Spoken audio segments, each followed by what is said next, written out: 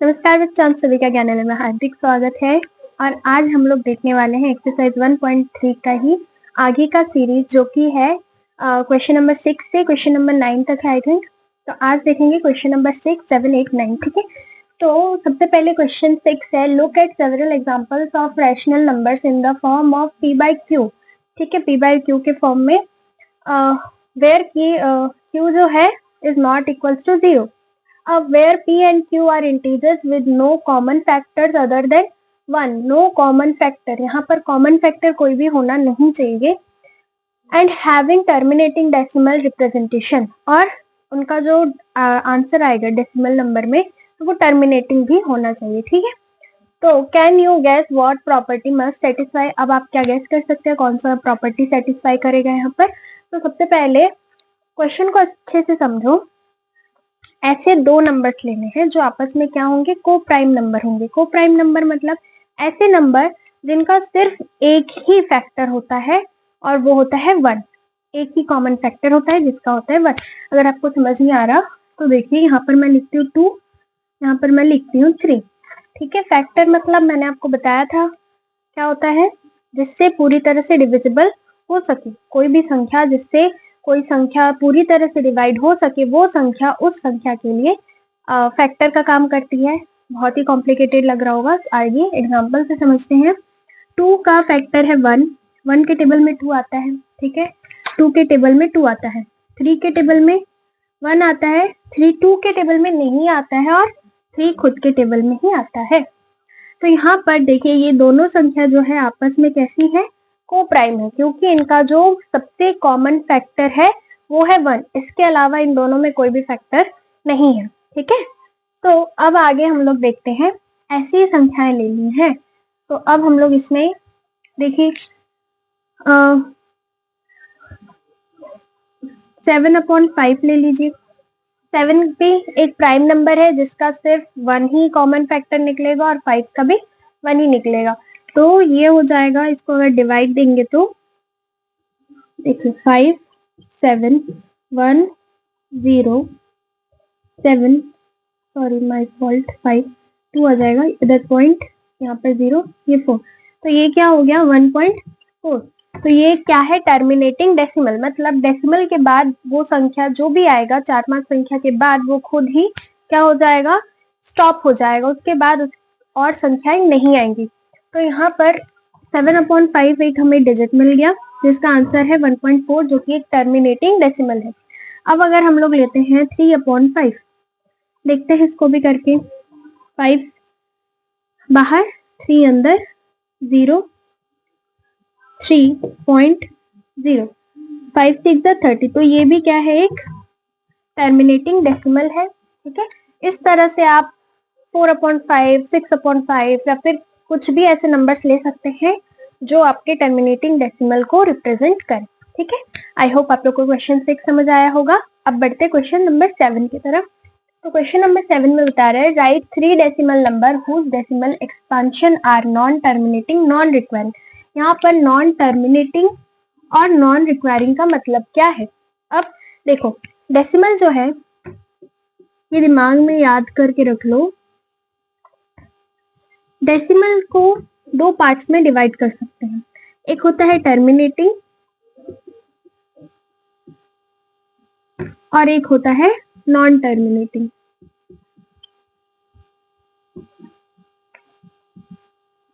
ठीक है, टर्मिनेटिंग का मतलब क्या होता है कि कोई भी डेसिमल नंबर जिसको हम लोग एक बार पॉइंट लगाएं, उसके बाद 2 3 4 5 6 नंबर्स के बाद वो शांत हो जाए।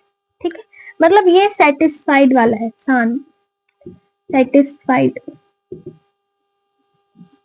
ये खुद में सेटिस्फाई हो जाता है। पर ये जो है सेटिस्फाई नहीं होता, ये क्या होता है, ये अनसेटिस्फाइड होता है हमेशा। तो इसके भी हमने दो पार्ट किए, जिसमें है नॉन रिक्वायरिंग या फिर इसको बोलते हैं रिपीटिंग,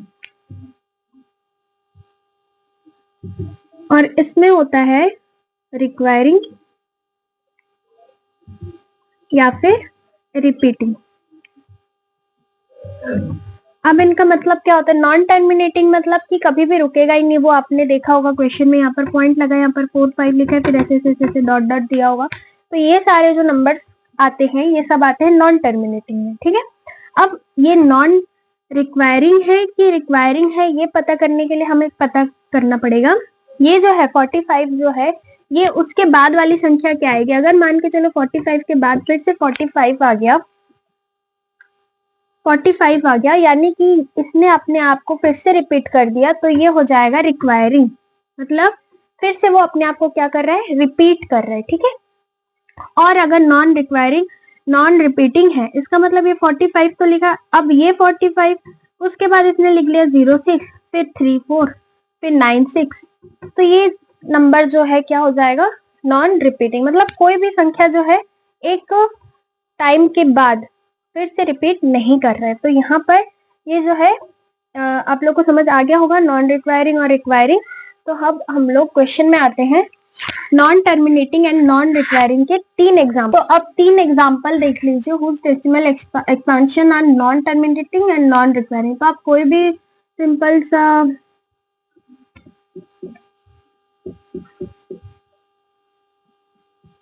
ये कोई भी एग्जाम्पल आप ले सकते हैं जो कि नॉन रिक्वायरिंग है, मतलब एक लिमिट के बाद फिर से वही चीजें रिपीट नहीं हो रही हैं। तो यहाँ पर 3 एग्जाम्पल देना था, ये पहला, ये दूसरा, 0.60000000, ठीक है। थर्ड आप कोई सा भी क्या बोलते हैं इसको, एग्जाम्पल ले सकते हैं, इसमें कोई दिक्कत नहीं है। इसके बाद है 4.5678 9 10, कोई भी संख्या एक टर्म के बाद रिपीट नहीं हो रही है, ठीक है। तो अब हम लोग बढ़ते हैं क्वेश्चन नंबर 8 और क्वेश्चन नंबर 9 की तरफ। 3 different irrational numbers between the rational numbers, मतलब 3 आपको डिफरेंट रैशनल नंबर्स निकालना है, किसके, सॉरी, इरेशनल नंबर निकालना है बिटवीन 5/7 और 9/11 के बीच में। तो 5/7 को अगर हम लोग डिवाइड करेंगे तो 7 बाहर हो जाएगा, 5 अंदर, तो 0, 5.0, 7 के टेबल में 50 तो नहीं आता, पर 7 सा 49 आता है, ये हो जाएगा 1, फिर 0 लेंगे, फिर 1, फिर यहाँ पर हो जाएगा 7, 3, 0, 3 0 तो नहीं आता, तो इससे कम आता है 4 टाइम्स में 28, फिर हो जाएगा 2, फिर हो जाएगा अपना 0, 2, 14, ये हो जाएगा 8, सॉरी 6, माय बैड, 6, फिर 0, अब 8 सा 56 होता है, 56, 4, फिर 4, 0, यहाँ पर हो जाएगा 35, 5 सा 35,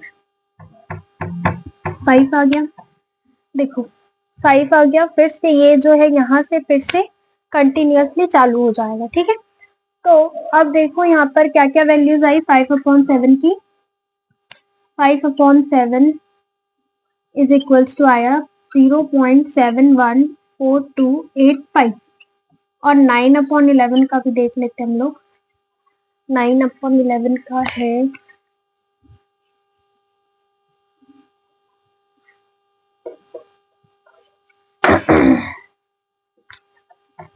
9/11, 11 बाहर, 9 अंदर, 0 0, तो हो जाएगा 9.0, 11 8 सा 88, हो जाएगा 2,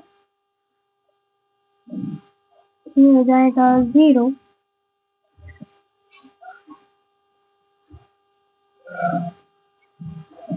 2 0 हो जाएगा, फिर 11 के टेबल में 1, 11, फिर हो जाएगा 10 - 1 9, ओके। फिर ये जो है देखिए यहाँ से रिपीटिंग हो जाएगा, तो इसके ऊपर भी क्या लग जाएगा, बार, तो ये हो जाएगा 0.81। अब हमको निकालना है इन दोनों के बीच के नंबर्स, तो 7 और 8 के बीच के नंबर्स। तो 7 और 8 के बीच के नंबर्स हम लोग निकाल सकते हैं, कितने निकालने हैं, 3 निकालने हैं, तो 3 देख लेते हैं। 0.71 है, आप 2 लिख दीजिए, 2 4 2 8 5, 6 लिख लीजिए, उसके बाद 0.738642, थर्ड है 0.74568। ठीक है, इस तरह से आप इसको इजीली सॉल्व कर सकते हैं। आखिरी क्वेश्चन हमारे इस एक्सरसाइज का ये है, आपको देखना है कि कौन सा रैशनल नंबर है और कौन सा इरेशनल नंबर है। अगर आपने अच्छे से मेरे अभी तक की पूरी वीडियो को देखा होगा तो आपको ये क्वेश्चन बहुत इजीली सॉल्व हो जाएगा, और अगर आपने नहीं देखा होगा, थोड़ी सी इधर उधर काट के देखी होगी, तो फिर आपको दिक्कत आ सकती है। चलिए दिक्कत को दूर करती हूँ मैं। तो यहाँ पर सबसे पहले आप दो सेक्शन बना लीजिए कि एक होगा अपना रैशनल नंबर और एक होगा हमारा इरेशनल नंबर। तो अब देखो, रैशनल नंबर मतलब ऐसे नंबर जो अपॉन में होगा, ठीक है, पी बाई क्यू के फॉर्म में हम लोग लिख सकते हैं, पर इरेशनल नंबर को लिखना बहुत ही ज्यादा मुश्किल है या फिर नहीं के बराबर है। तो अब देखो यहाँ पर √23 है, इसको हम लोग तोड़ नहीं सकते, ठीक, तो ये हो जाएगा अपना इरेशनल नंबर। 23 क्योंकि अपने आप में एक प्राइम नंबर है और प्राइम नंबर नहीं टूटता है, और जब तक वो एलसीएम उसको नहीं लेंगे, जब तक उसको तोड़ के नहीं लिखेंगे, तब तक वो रूट के बाहर नहीं आ सकता। अब यहाँ पर है √225। आपको अगर स्क्वायर आता होगा कोई भी संख्या का, अगर 20 तक आता होगा, तो आपको पता होगा कि 15 का स्क्वायर होता है 225, ठीक है। तो अब जैसा कि 225 है, तो ये हो जाएगा 50, ठीक।